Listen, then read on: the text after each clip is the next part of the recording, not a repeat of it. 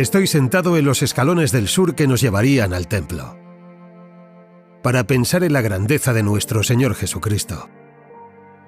En esta área los vendedores proporcionaban corderos y palomas a los adoradores que venían para adorar y que querían tener algo que sacrificar. Así que si no traían sus propios sacrificios, podían comprarlos aquí y llevarlos allí, donde el sacerdote presentaba la ofrenda de este sacrificio ante un Dios santo, para ser un vínculo temporal entre la pecaminosidad de la persona y la necesidad de redención ante Dios, por medio de este sacrificio temporal. Por supuesto que el templo era el lugar de la presencia representativa de Dios en medio de su pueblo.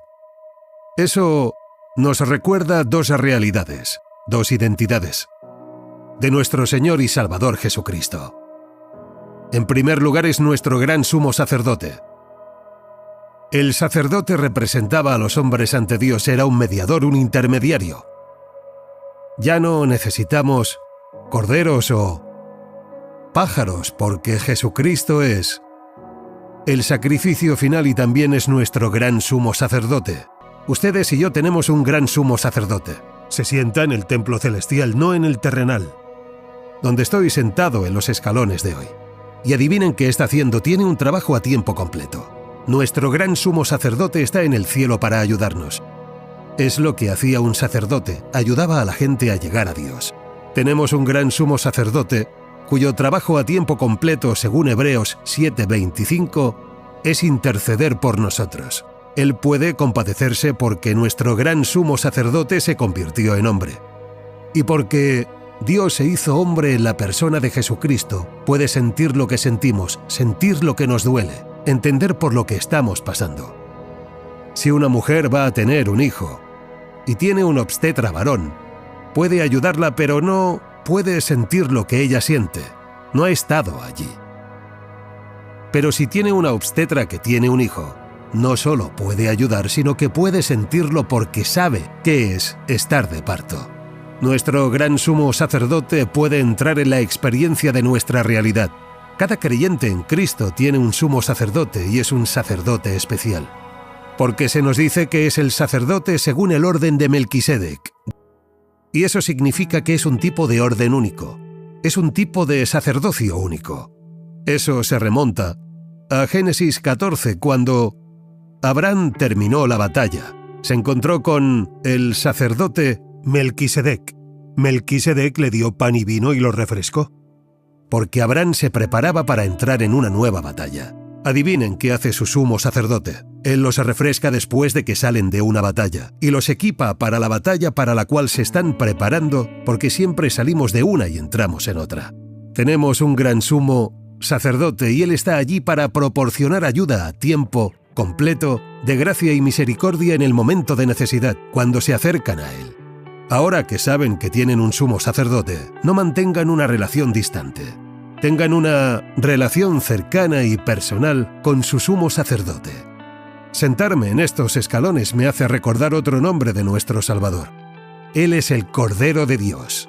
De hecho, así es como Juan lo llamó. Esto se remonta a la Pascua en el Éxodo 12, cuando Dios le hizo matar un cordero y pintar la sangre en el dintel de la puerta de su casa. Dios dijo: «Pues yo veré la sangre y seguiré adelante». La presencia de la sangre evitó la ira de un Dios santo. Y el propósito de la sangre derramada de Jesús en la cruz es para evitar la ira de un Dios santo contra su pecado y mi pecado, para que cuando Dios Padre vea la sangre de Jesús el Hijo aplicada en nuestros corazones, siga adelante. Es decir, la ira de Dios se quita y Dios está ahora libremente dispuesto a mostrarnos su gracia, su bondad, su bendición y su favor. El Cordero de Dios. Esto va todo el camino de regreso mientras pienso al estar en los escalones del sur aquí, los corderos que habría aquí para el nacimiento de Jesús. ¿Recuerdan que lo envolvieron en lo que Lucas llama pañales? Los pastores solían envolver los corderos en tela para evitar que se lastimen, porque los corderos que se ofrecían tenían que ser sin mancha ni defectos. Por eso los envolvían. ¿Adivinen qué? La razón por la que Jesús, incluso cuando era bebé, estaba envuelto en la tela, era un símbolo de lo que los pastores hacían cuando envolvían los corderos, para evitar que se manchen o se lastimen, mostrando que Jesucristo era el Cordero Inmaculado de Dios. Él es el Cordero de sacrificio. Estoy sentado en estos escalones que Jesús, siendo niño, pisó cuando vino al templo con su padre y su madre. De hecho, un día se perdió y cautivó a los líderes judíos a los 12 años de edad con su conocimiento de la Escritura y su conocimiento de Dios. Imagínense a Jesús subiendo estos escalones y adorando, pero también informando a los líderes judíos, porque, por supuesto, Él era el Dios hombre. Pero debido a que es el Cordero de Dios, es el sacrificio que satisface la ira de Dios contra ustedes y contra mí. Por eso la buena noticia del Evangelio es que la fe es puesta solo en Cristo como el Cordero de Dios. Hay liberación del pecado. De hecho, les diré algunas de las cosas que nuestro Cordero de Dios cumplió. Él lleva a cabo la justificación, por la cual somos declarados justos delante de un Dios santo. Lleva a cabo la redención, lo cual significa ser liberado mediante el pago de un precio. El precio que pagó en la cruz satisface a Dios de tal manera que puede liberarnos para ser libres de la esclavitud del pecado. Lleva a cabo la propiciación. Esa es otra de esos grandes términos teológicos, porque cuando Dios ve a Cristo, está satisfecho. Cuando la sangre de Cristo se aplica a nuestras vidas, ¿adivinan qué? Está satisfecho con ustedes y conmigo porque está satisfecho con su Hijo. Me recuerda a una historia real. En Alemania, un hombre estaba en un campanario. Estaba trabajando, se resbaló y cayó. Pero un cordero pasaba por ahí mientras caía y cayó sobre el cordero y lo aplastó. El cordero murió. El cordero derramó su sangre para que la caída de este hombre fuera infructuosa. El trabajador hizo un cuadro del cordero en la puerta de la iglesia en la que estaba trabajando, para recordarse a sí mismo que cada vez que entraba por esa puerta era por el sacrificio del Cordero. Cuando suben estos escalones del templo, ya no necesitan corderos reales, no necesitan pájaros, ni toros, ni nada, porque el Cordero de Dios es todo lo que necesitan para entrar en el sagrado templo de Dios.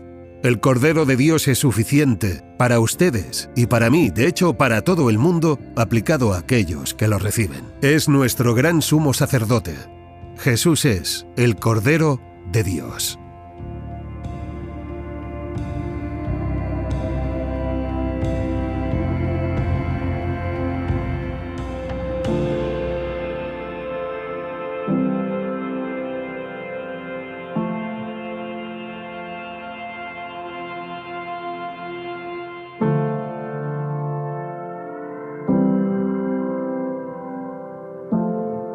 Bueno, pues entramos a esta sesión y lleva por nombre ahora lo que vamos a estar desarrollando. Y conmigo, sacerdote y cordero. Una vez más, dilo fuerte, sacerdote y cordero. Recuérdalo, familia, los nombres de Jesús no solo revelan su carácter, también revelan su obra redentora. Y la obra que hoy vamos a ver tiene que ver tanto en el entorno, vamos a decirlo, su función en el cielo, como su sacrificio en la tierra. Dilo fuerte conmigo, su obra, mejor dicho, su función en el cielo, su función en el cielo y su sacrificio en la tierra. Eso, una vez más, ¿su qué? ¿Y su qué? Eso es, porque sacerdote y cordero, hay una conexión bien interesante en las Escrituras donde vamos a ver por qué decidimos unir estos dos nombres, tanto sacerdote como cordero. Vamos entonces a empezar a hablar del primero, que es el sacerdocio, ¿te parece? Y para ello tenemos que echarnos un clavado para entender, porque eso es lo que pasa cuando entendemos de una forma no tan profunda, pues no nos impactamos, voy a decirlo así, no nos logramos dimensionar y estar admirados de la obra, porque no conocemos la referencia de lo que eso significa. Por eso tenemos que echarnos un clavado, como yo digo, hacia percibir primeramente cuál era el rol del sacerdocio. ¿En dónde? En el Antiguo Testamento, ¿cierto? Y todo parte de un lugar como este. Bueno, tú viste el video ya es solamente donde estaba el autor, es lo que digamos las ruinas de lo que quedó del segundo templo. ¿Del qué? Segundo templo. Eso quiere decir que antes del segundo templo hubo un ¿qué? Un primer templo, efectivamente. Y ese templo fue el templo que conoces bien, que se habla en las escrituras, que fue el templo llamado de Salomón. Pero antes del templo de Salomón hubo una tienda, ¿sí? Y esa tienda, o ese llamado tabernáculo, se llamó el tabernáculo de David, ¿sí? Pero antes de ese tabernáculo de David, hubo una tienda que era portable, que digamos se desmontaba, camino a Canaán, porque el pueblo de Israel iba hacia la tierra de promesa. Y ese tabernáculo, ¿quién dirigía ese pueblo? Si alguien me da el dato, ¿recuerdan? Alguien que no sea la pastora conteste. Moisés. ¿Quién? Moisés. Y ese lugar se llamó, lo tienes aquí en pantalla, di tabernáculo de, no te escucho, tabernáculo de qué? Ok, con esto que pretendo generar en ti aprendizaje, familia. Sobre todo, importantísimo tener la referencia, como te lo dije, de dónde parte todo esto que estamos viendo. Porque si no tenemos ese origen, pues entonces no nos vamos a admirar de las preciosas verdades que Jesús llega a completar. Bueno, el rol del sacerdote, vamos a resumirlo de una forma muy, muy breve, muy rápida, ¿sí? El sacerdote era la persona que, voy a decirlo así, era el mediador. ¿Se entiende esa palabra, mediador? ¿Sí? Mediador, voy a decirlo así. Si a mis espaldas en este momento estaría, imagínense que esté otro grupo de personas, ¿sí? Yo estaría en medio entre ustedes y el otro grupo de personas. ¿Vamos bien? Yo sería el encargado de, voy a decirlo así en este estricto momento, de conectar tanto con el auditorio de este lado como el que estaría a mis espaldas. Y de esa forma yo sería la persona encargada en mediar. Ahora, si tuviesen tal vez ustedes que decir un recado, por así decirlo, ¿verdad? Yo sería el que es de ustedes para mí, y yo, ¿hacia quién? Ok, más o menos esa intención. Bueno, el sacerdote en el Antiguo Testamento, mira, aquí tengo una imagen del sumo sacerdote, es para que hay toda una descripción. Mira, tú debes de saber quién le dio para empezar las medidas del tabernáculo a Moisés. ¿Sabías que hay medidas precisas? Que hay también materiales específicos para su construcción, ¿sabías? Y detalles tan hermosos que a veces cuando tú empiezas a leer el libro de Éxodo, ¿verdad? Parte de Levítico, bueno, ya esos son más las ofrendas. Hay capítulos que te pudiesen parecer como, ¿y esto como para mí qué? ¿Verdad? Yo sé que algunos se han preguntado más de una vez, ¿y esto a mí qué? ¿No? ¿Y para qué? Bueno, porque quien da las instrucciones revela todo. ¿Quién da las instrucciones? Dios, efectivamente. Y Él dice, y así como lo dicté, por así decirlo, así será. Porque lo que encontramos en el tabernáculo no es solo una tiendita por ahí, sino que revelaba, ¿sabes qué? No solo el carácter de Dios, apuntaba el tabernáculo apuntaba, ¿sabes quién? Al verdadero tabernáculo. ¿Y sabes quién es ese verdadero tabernáculo? ¿Sabes qué palabra utiliza el apóstol Juan en Juan capítulo 1? La Reina Valera los dice, y habitó entre nosotros. ¿Sabes qué quiere decir esa palabra? Tabernáculo. Porque el verdadero tabernáculo es Cristo Jesús. Y eso es impresionante, porque la obra que el tabernáculo, voy a decirlo así, en su composición ejemplificaba, estaba apuntando a la obra, ¿sabes? Que Jesús en su clara evidencia de su obra iba a completar. Pero no solamente era eso, mira, hay un dato importante y por eso que quiero que lo vayas comprendiendo. En el Antiguo Testamento los sacerdotes eran nombrados, ¿por quién?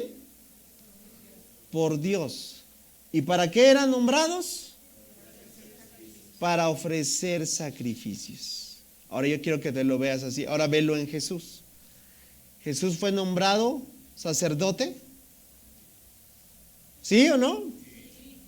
No solo sacerdote, di conmigo, sumo sacerdote. Mira, y para entender esto hay que rápidamente ver que Dios eligió una tribu. ¿Alguien recuerda qué tribu? Para precisamente encargarles esta función sacerdotal. ¿Quién me dice qué tribu fue la que Dios eligió? Fuerte. Exactamente, la tribu de Leví. Aarón, sus hijos, ¿te acuerdas? ¿Sí? Todos ellos fueron encargados. De hecho, Aarón como sumo sacerdote tenía que realizar la expiación una vez por año del lugar santo para pasar al lugar santísimo, ¿sí? Y expiar el pecado del pueblo. ¿Por qué? Porque el sacerdote era nombrado por Dios para ofrecer sacrificios. Primeramente vamos comprendiéndolo. ¿Sabes por qué? Porque Cristo Jesús, yo te pregunto, ¿fue nombrado por Dios? Oye, pero él no venía de la tribu de Leví. No cuadra.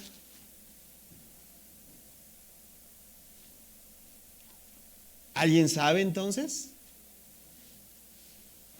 Interesante. O sea, yo también siembro inquietudes porque es importante que tú vayas analizando esos detalles.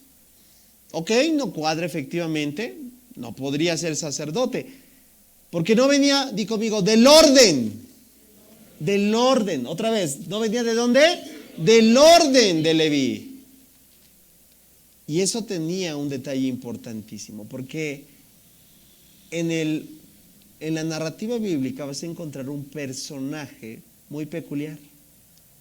No tenía referencia genealógica. No tenía, de hecho, hasta el día de hoy solamente vas a encontrar referencia en Génesis, en el libro de Salmos, y el autor de Hebreos es quien lo cita para dar testimonio de que Jesucristo no viene del orden de Leví, viene del orden. Di conmigo, ¿quién es ese personaje? Di conmigo, Melquisedec. Que ahí eso también es obviamente un personaje que apuntala a una tipificación bien grande y bien hermosa de parte de Jesús. ¿Sabes por qué? Porque Melquisedec era rey. ¿Y sabes de dónde? De Salem. En otras palabras, era rey de paz. ¿Cuántos saben que Jesucristo vino a ser el rey? ¿De qué? Así es. Entonces, si vamos hilando todas las referencias, familia, nos vamos a dar cuenta de que Jesús efectivamente es el sumo sacerdote. Porque una vez que entendemos cuál era la función otra vez, es ser el mediador de Dios. ¿Y quién? Los hombres. ¿De quién? Dios y los hombres. Ahora, ve nada más qué increíble analogía en la que vamos a encontrar claro evidencia de que Jesucristo es el sumo sacerdote por excelencia. ¿Sabes por qué? Porque el ser humano, así como el pueblo de Israel tenía que presentar sacrificio por sus pecados, ¿y qué crees? Y el sumo sacerdote también tenía que presentar su ofrenda por sus sacrificios, ¿sí? Porque él también pecaba, ¿verdad que sí? Y voy a decirlo de esta forma, y era un cuento de nunca acabar porque pasaron generaciones.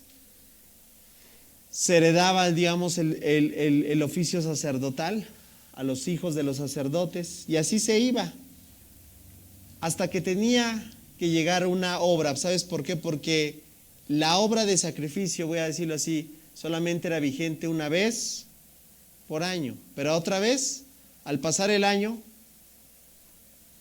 ¿cuántos creen? A ver, yo te pregunto, si hoy hiciéramos esa ofrenda, ¿cuántos estarían totalmente diciendo, híjole, pues nada más fue la del año pasado, la de esta todavía la debo? ¿A poco no? Ahora entiendes lo importante y lo trascendente que era tener un sacrificio completo y perfecto. ¿Sí, familia?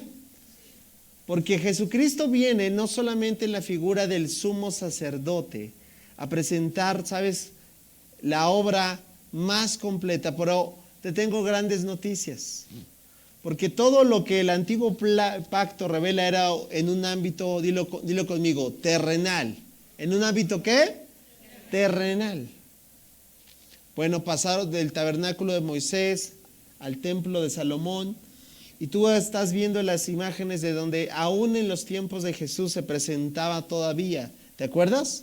De hecho, en la entrada del templo, cuando Jesús va a Jerusalén, ¿recuerdas cómo lo encontró? Esas escalinatas que viste ahí, seguramente ahí pasó, ¿verdad? Jesús. Y ahí reprendió a quienes, a los que estaban vendiendo, ¿qué? Esas palomas, ese sacrificio, esa ofrenda, ¿que era para qué? ¡Wow! ¿Lo vamos comprendiendo, familia? Y en esa intención entonces vamos a darnos cuenta de que efectivamente Cristo Jesús es el sumo sacerdote. El sumo sacerdote que no solamente trajo un panorama, digamos, terrenal, sino celestial. Mira lo que dice el autor de Hebreos, vamos a verlo. En el capítulo 4, ve lo que traté de explicarte, está aquí evidenciado.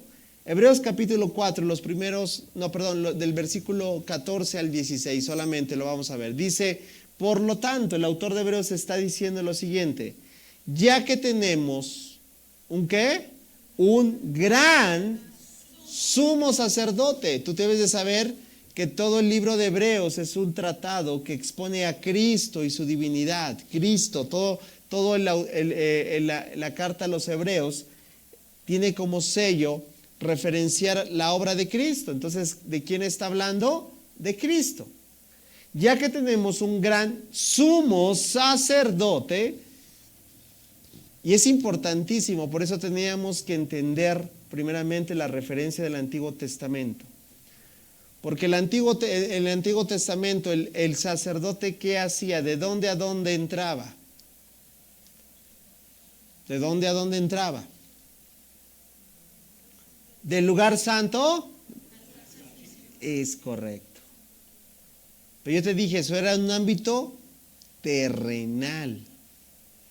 Lo que Cristo Jesús vino a hacer es lo siguiente: no entró al lugar santo. Dice el autor de Hebreos que entró ¿en dónde? En el cielo.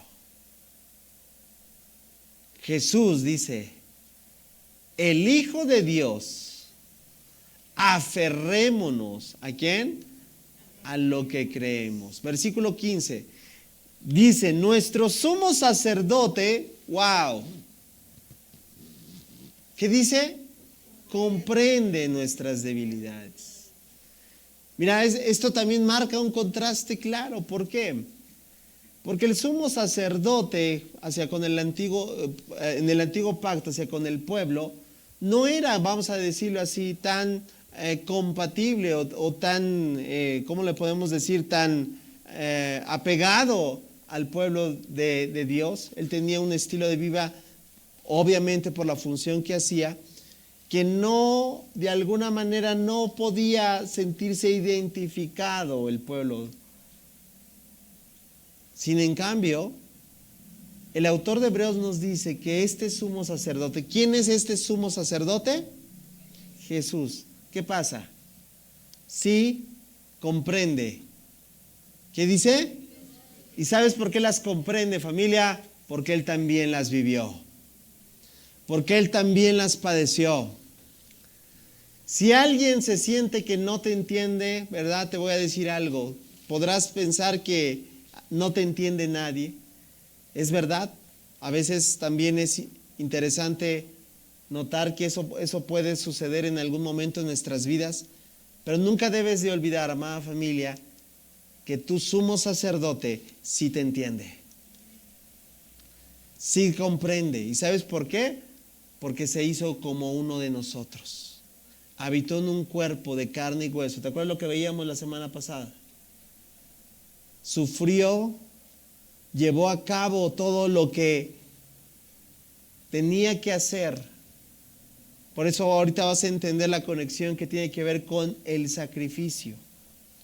Porque el sumo sacerdote no se presentaba en el lugar santísimo con las manos vacías. ¿Con qué se presentaba? ¿Con qué se presentaba? Con una ofrenda, con el sacrificio. Y eso es impactante porque nuestro sumo sacerdote no solamente fue aquel que traspasó los cielos, también Él mismo fue el sacrificio. Dice, porque enfrentó toda y cada una, ¿qué dice? De las pruebas que enfrentamos nosotros. La gran diferencia, dice, es que Él nunca... ¿Y el sumo sacerdote del antiguo pacto pecaba? Claro que sí. Pero este sumo sacerdote nunca pecó.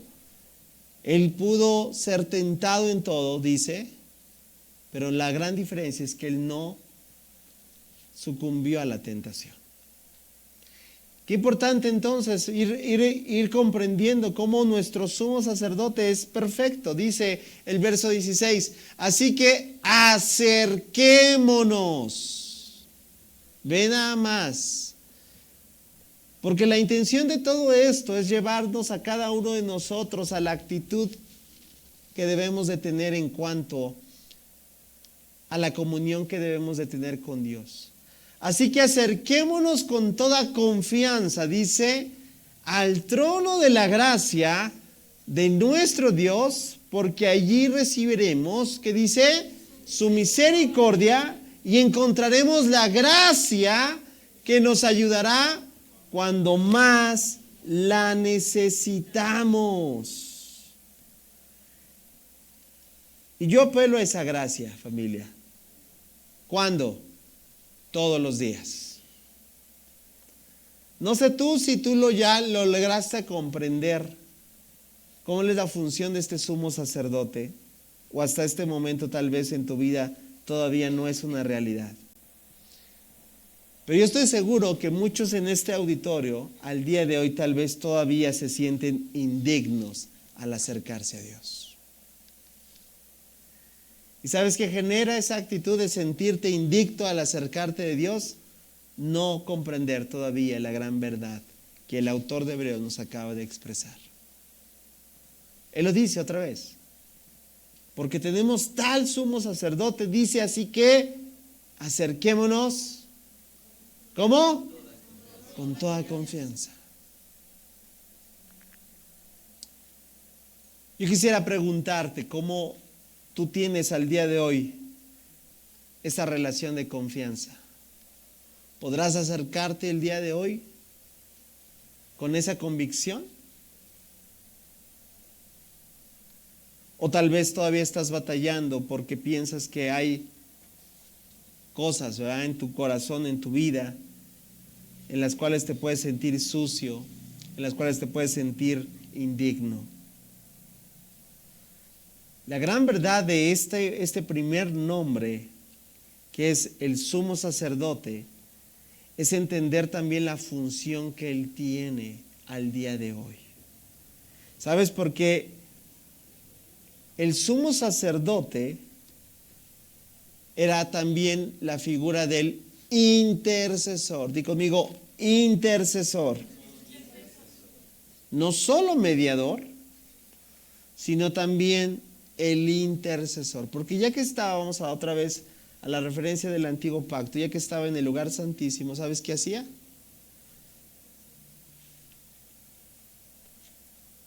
Ya que el sacrificio estaba ahí, ya que el derramamiento, porque recuerda, sin derramamiento de sangre no había expiación de pecados. Interceder por el pueblo, porque el pueblo fallaba, porque el pueblo, como tú y como yo, porque el pueblo vivía en una torpeza constantemente, como tú y como yo, porque el pueblo erraba, como tú y como yo, familia. Ahora yo te pregunto,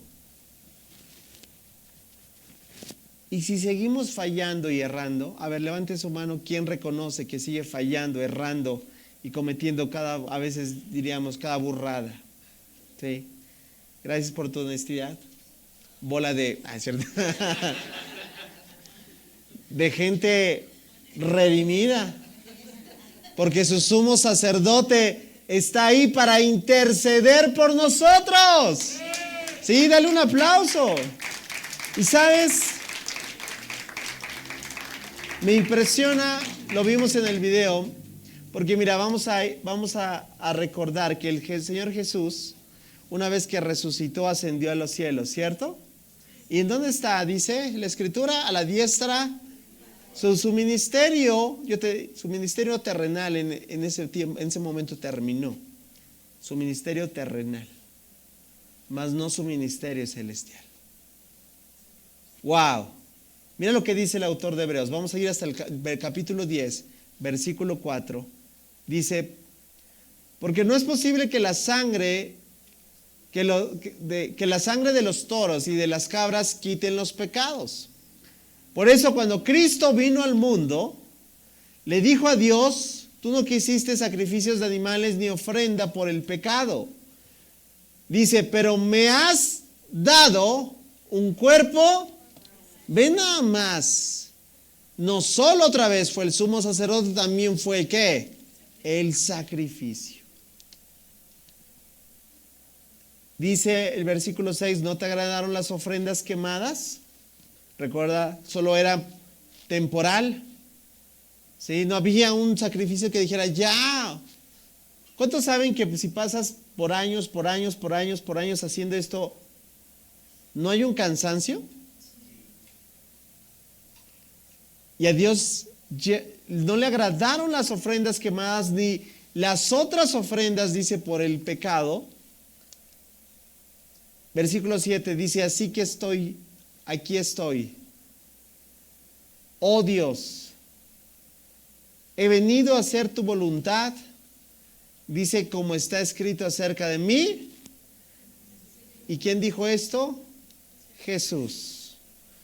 Familia, porque una vez que el Señor Jesús ascendió a los cielos, dice, y está sentado a la diestra de Dios Padre, y ahí está, intercediendo. Otra vez, intercediendo. ¿Por quién? Ahí está. Nuestro intercesor continuamente está intercediendo por nosotros, asegurando que nuestro acceso a Dios no sea bloqueado por nuestros pecados. Wow.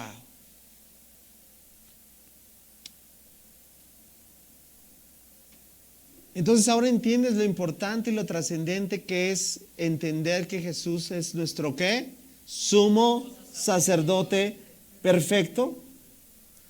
Por eso cuando tú una vez más llegues a pensar o a creer que hay algo que te obstaculiza, que hay un pecado, que hay una situación, que hay algo, y te ves imposibilitada a acercarte a Dios, te voy a decir lo que estás diciendo en otras palabras. Señor, tu sacrificio no ha sido tan completo y tan perfecto. Porque si hubiese sido tan perfecto y tan completo, entonces yo sí me hubiese, y verdad que no, eso que estoy diciendo suena aberrante. Pero eso es lo que estamos haciendo cuando tú y yo no tenemos comunión con Dios, cuando no enviamos la actitud, como nos dijo el autor de Hebreos, confiadamente ante el trono de la gracia. No, yo creo que su sacrificio fue completo y perfecto por algunos pecados. Por los más o menos que no son tan escandalosos, pero los escandalosos, eso sí, no. Su sacrificio fue completo y perfecto. ¿Por qué, familia? Por todos los pecados, y aún los más escandalosos, y aún los más graves, y aún más los más inmorales.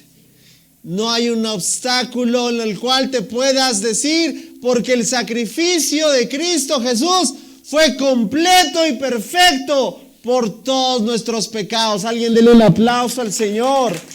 Entonces, familia, sabiendo eso,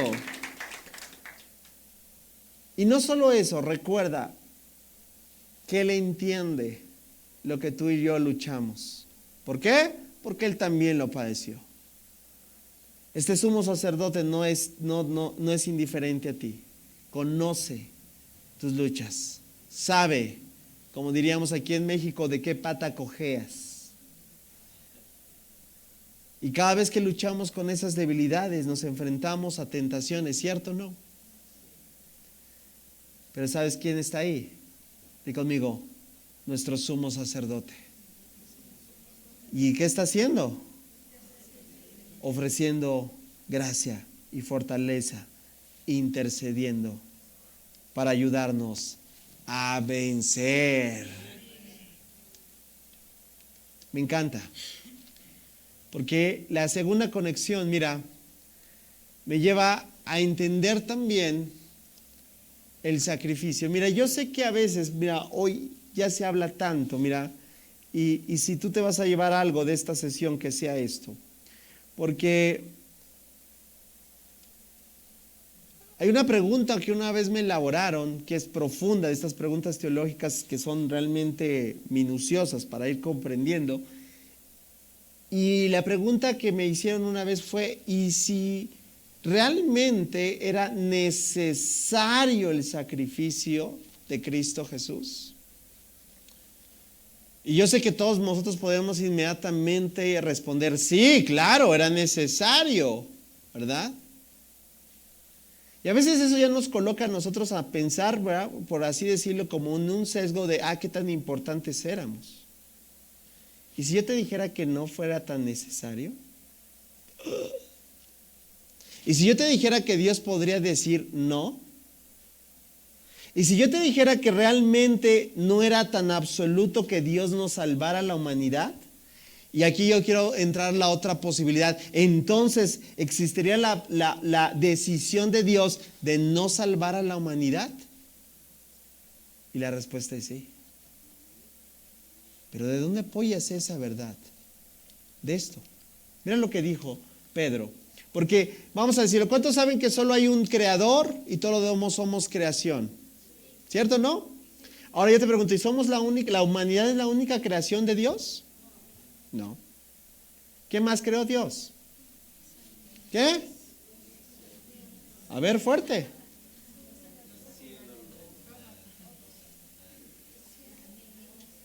¿Somos los únicos seres que Dios creó? ¿Los humanos? No. Y si yo te dijera, y mira, podemos ir con una clasificación grande, pero si yo te dijera que también los ángeles, que al igual que nosotros hubo una parte que se rebeló. ¿Sí lo sabías? Y mira lo que dice el apóstol Pedro. Pues Dios, ¿qué dice? Ni siquiera, ahí está, ni siquiera, No te sientas tan importante, familia, en este puntual sentido. Porque sí hubo otro grupo de creación de Dios a la cual Él decidió no perdonar, ¿sabías? Y está en el lago de fuego y azufre, y ahí está la evidencia de quién va a ir ahí: el anticristo, el falso profeta. ¿Quién más? Y todos estos. Dios no perdonó, dice, a los ángeles, ¿que qué?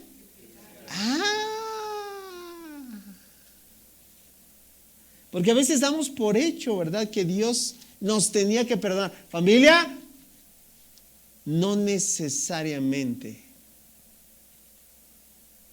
¿Tú crees que no podría hacer lo mismo con la humanidad? Aunque te cueste trabajo decirlo, a ver, digo, sí.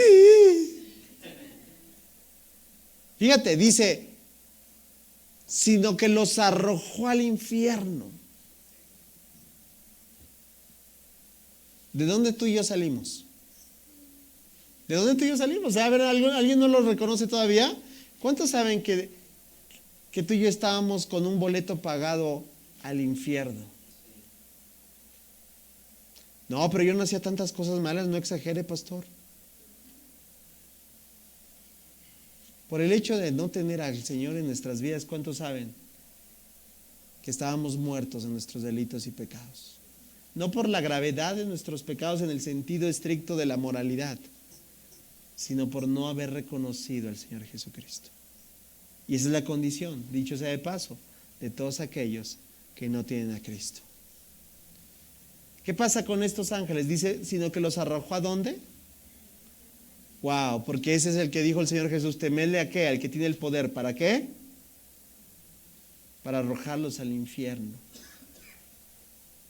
Dentro de fosas tenebrosas donde están encerrados. Dice, hasta el día de hoy, ¿para quién? ¿Para el día del qué? Hasta el día de ¿dónde? Ahí está. Y yo me puse a analizar entonces, ¿era necesario que el Señor Jesús, en ese sentido, ¿era necesario el sacrificio? ¿Cuántos saben que Dios pudo no perdonarnos? ¿Y esa es la historia? No, por eso es un evangelio. Porque Dios decidió perdonarnos. Porque Dios decidió dar a su Hijo unigénito. Porque Dios decidió no hacer lo mismo con nosotros. ¿Y eso qué te coloca, familia? ¿Y cómo responderías a eso? ¿Y cómo entrarías entonces una vez que Dios pudo decir no y aún así Él decidió perdonarnos? No hay otra manera entonces en la cual yo podamos ver que de ver su amor, ¿o no? Ver su gracia, ¿cierto o no? Ver su misericordia que tuvo. Porque Él es el autor de la salvación. Entonces nos damos cuenta de que Dios podía haber elegido en su perfecta justicia no salvar a nadie. Pero Dios en su infinito amor decidió salvarnos. ¿Cuántos le podemos decir gracias, Señor? Gracias por ese sumo sacerdote. Que no solo es el sumo sacerdote, di conmigo, sino que también es Él. ¿El qué? El Cordero. ¿Y eso que te parece? Miren, ¿sabes qué era el cordero? El cordero era el animal propio para poder sacrificar. Y esto antes de que existiese el tabernáculo, esto es impresionante porque todo esto apunta otra vez, todo lo que Jesús dijo, como lo vimos hace un momento en Hebreos, ¿verdad? Como está escrito de mí en las Escrituras.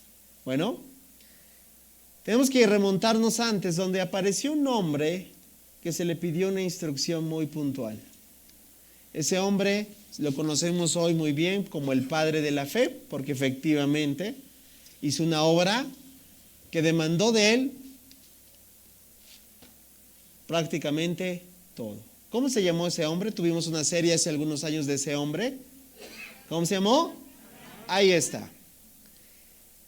Y la historia está en Génesis capítulo 22, versículos 7 y 8. Presta atención a lo siguiente. Dice, tú sabes, te lo resumo, Dios le pide a su hijo.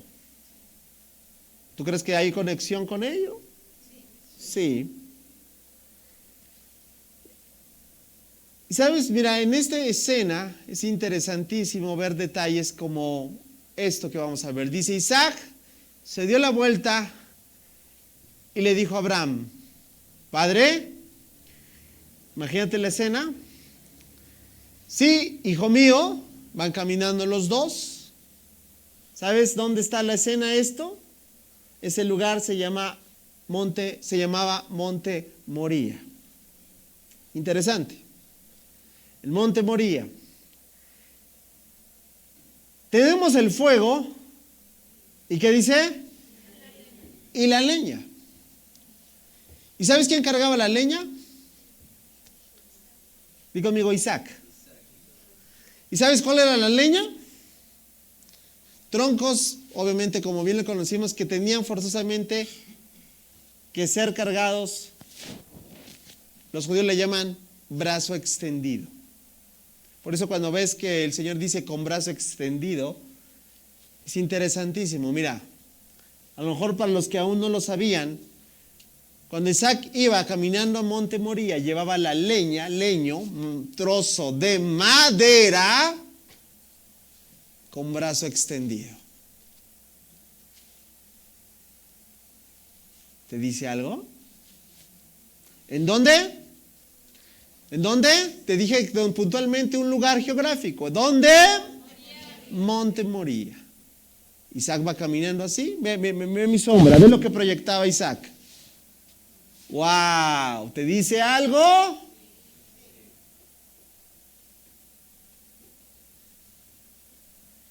Isaac le dice, papá, aquí yo traigo la leña.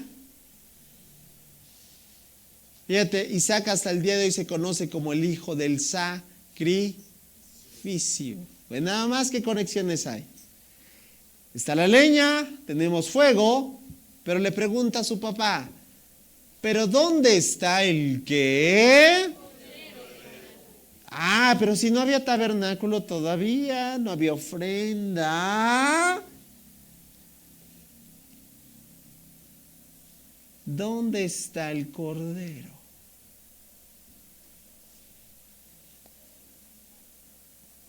Para la ofrenda quemada, para la ofrenda de sacrificio, para la ofrenda que ¿verdad? Tú conoces el relato bíblico, ¿verdad? Yo creo que estaba diciendo en su mente, bueno, yo sé que, yo creo que Abraham, yo creo que Abraham sabía que, me atrevo a decir esto, porque eso es lo que el autor de Hebreos propone. Que Dios tenía poder para resucitar a Isaac. ¿De verdad? Escucha bien. Yo creo que Abraham estaba diciendo, tú eres el sacrificio.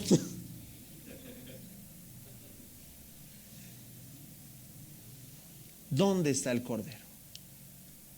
Versículo 8.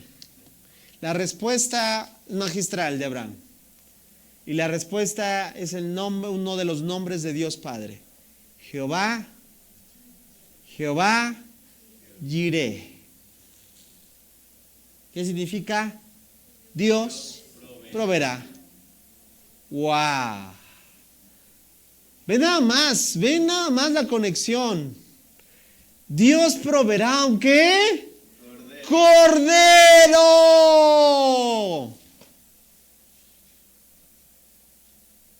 Para la ofrenda, hijo mío. Y dice, termino de leer el versículo, así que Abraham contestó, ambos siguieron caminando juntos. Tú sabes la historia. En el momento que iba a sacrificar a Isaac, Dios le dijo, detente Abraham, tu fe ha sido probada. Y entre los arbustos quedó trabado, se percibió, ¿quién? Ya ven cómo no, ahí dijeron, no, Se quedó trabado. Muchos piensan que ese es lo que el Señor Abraham estaba diciendo. No, no, no, no, no. Presta atención. Lo que se quedó ahí trabado, porque en ese lugar se tuvo que realizar un sacrificio y de hecho se hizo, pero no era lo que Abraham había pronunciado, lo que Isaac había solicitado. Porque lo que quedó trabado ahí no fue un cordero. ¿Fue un qué? Un carnero. ¿Sabes cuál es la diferenciación? Los cuernos. ¿Por qué quedó trabado? Y lo que sacrificaron en ese día, ¿sabes? Fue el carnero. Ojo, pero no era lo que Abraham estaba prometiendo. ¡Wow! ¿Sabes cuándo sucedió eso?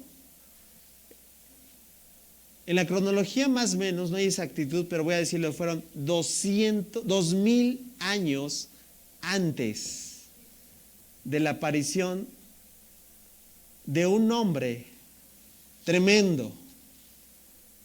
Un hombre que se le encargó dar un ministerio muy puntual y era preparar camino para el Mesías. Un ministerio radical, un ministerio que condenaba la religiosidad de ese tiempo. No te voy a hacer cuento largo, ese hombre se llamó Juan el Bautista, 2000 años antes de su aparición. Esto solo es para los entendidos. ¿Sabes por qué ese día no se cumplió esto que Abraham estaba produciendo? Sino en cambio, yo te pregunto, ¿Dios es mentiroso? Han pasado más de 2000 años. Y no ha aparecido ese cordero. Por eso cuando Juan el Bautista vio a Jesús, mira lo que aparece. Juan capítulo 1, versículo 29. Al día siguiente dice, cuando vio a Jesús, Juan el Bautista, Juan vio que Jesús se acercaba y le dijo, miren, miren. Miren, ese que dijo Abraham hace más de 2000 años atrás acaba de aparecer, porque Dios no es mentiroso y necesitamos un cordero realmente que expíe los pecados de la humanidad, porque hasta ese momento, solo eran temporales, solo eran para ese tiempo. Pero necesitábamos un cordero inmolado. Y ese cordero es Jesús. ¿Qué es lo que dijo? Miren, dilo fuerte, el cordero de Dios que quita el pecado del mundo. Alguien dele un aplauso al Señor Jesús. Ese cordero que apareció.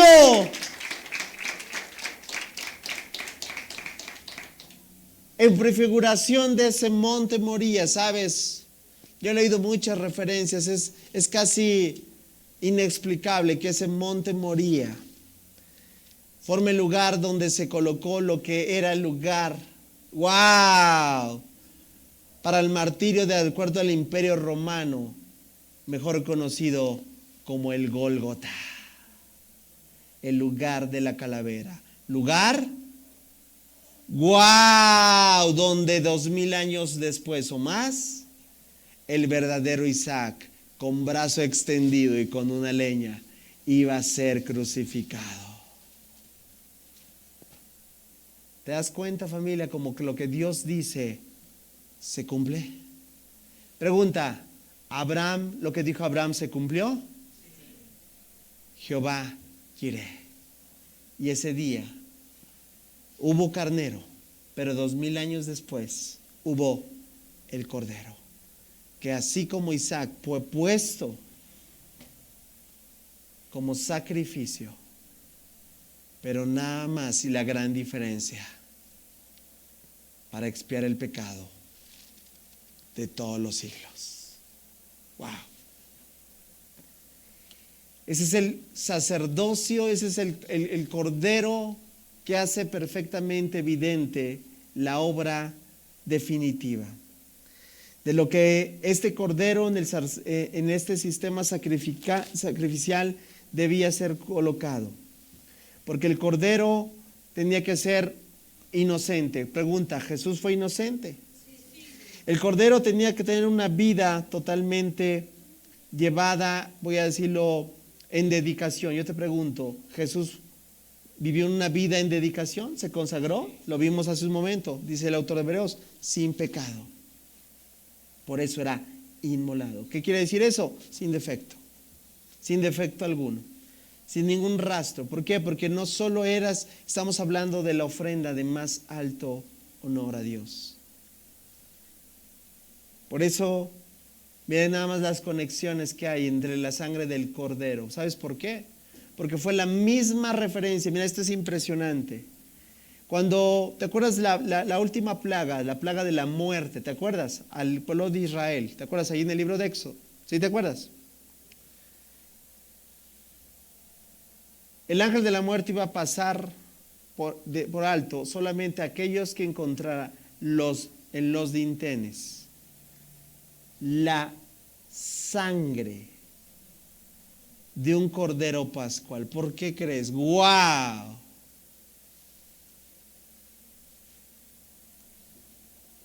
¿Qué hacían? Percíbelo. Sangre aquí.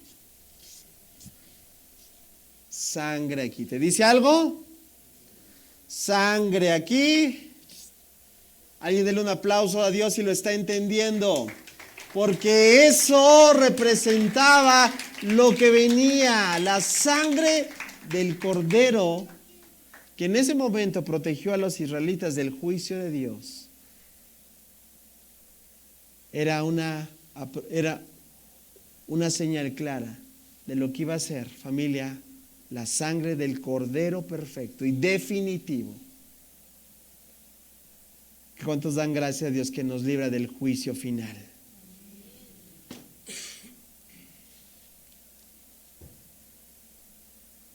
Ese cordero perfecto y definitivo también fue el que cumplió no solamente todas las ofrendas del antiguo pacto, sino que superó todas las ofrendas del antiguo pacto. Familia, su sacrificio es suficiente.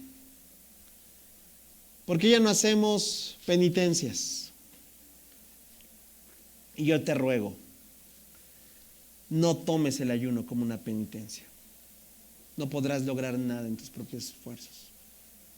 No hagas ningún otro tipo de penitencia, ¿sabes? Porque lo que hacemos al pensar que podemos abonar algo es decirle, no nos atreveríamos a decirlo al Señor así con estas palabras, pero nuestras acciones dirían, Señor, tu sacrificio no fue suficiente y yo tengo que abonarle más.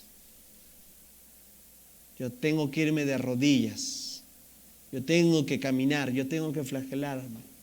Sí, familia, es triste la realidad religiosa en la cual se vive, porque no han comprendido que Jesús es el Cordero perfecto y definitivo.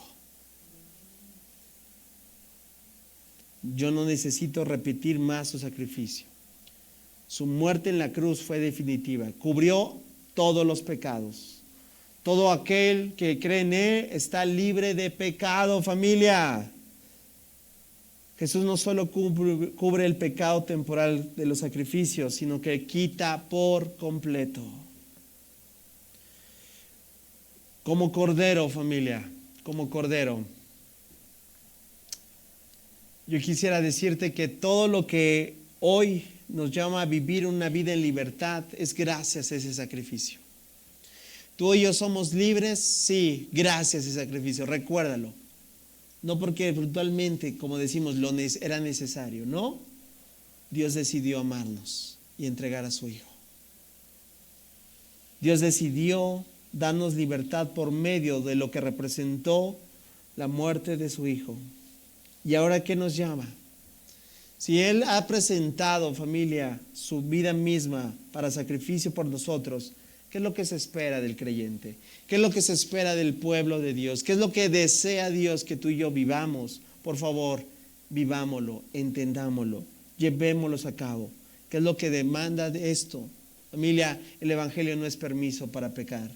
No nos escudemos de que estamos ahora en la gracia. Eso nos responsabiliza mucho más. Porque todos los que hemos sido limpiados con la sangre poderosa del Cordero, ahora somos llamados a vivir como sacrificios vivos. Romanos 12:1 nos dice claramente que presentemos nuestra vida misma como sacrificio delante de Dios, santa. ¿Cómo debería de vivir un creyente que ha tomado en cuenta entonces esta verdad en su vida? Una vida en santidad, una vida en entrega, una vida en obediencia a aquel que nos compró con un alto precio, un alto costo. ¿Qué nos lleva entonces? La primera pregunta que yo te quiero hacer ya para ir terminando es: ¿estamos viviendo en respuesta a esa verdad?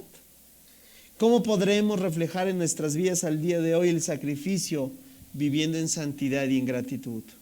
¿Cómo podemos llevar a cabo entonces en nuestro diario vivir sabiendo que tenemos un sumo sacerdote y un cordero que fue inmolado?